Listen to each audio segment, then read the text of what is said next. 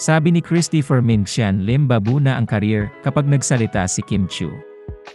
Baka katapusan na raw ng career ni Xian Lim kapag nagsalita si Kim Chiu tungkol sa kanilang hiwalayan. Sa Christopher Minute, napag-usapan ito ni na Christopher Min at Romel Checa.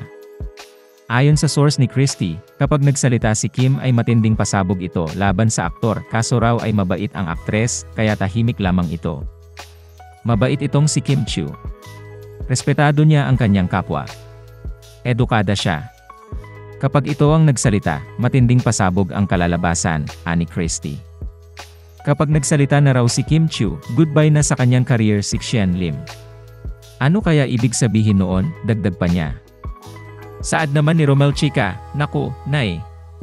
Ano kaya yung sasabihin na gusto nating malaman at ipapaalam sa atin ni Kim Chiu kapag nagsalita siya?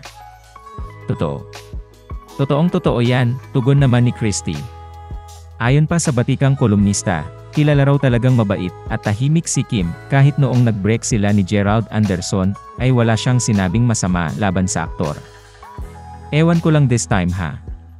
Dito kay Xian Lim. Kasi mukhang pabor sa kanya ang lahat ng tao na mabuti naman nagtanggal ka na ng helmet sa ulo. Nauntog ka na sa katotohanan, pahayag pa ni Christy. May mga nagkomento pa na tila nagtanggal na umano ng helmet ang aktres, o di kaya ay binawasan na umano nito ang kanyang pasanin. May mga nagsasabi rin na tila nauntog na umano ang aktres sa katotohanan na walang plano si Xian Lim sa kanilang dalawa. At kung bago ka pa lang sa channel ko, please pakipindot naman ang subscribe at pati na rin ang notification bell para lagi kang updated sa mga bago kong videos. Salamat!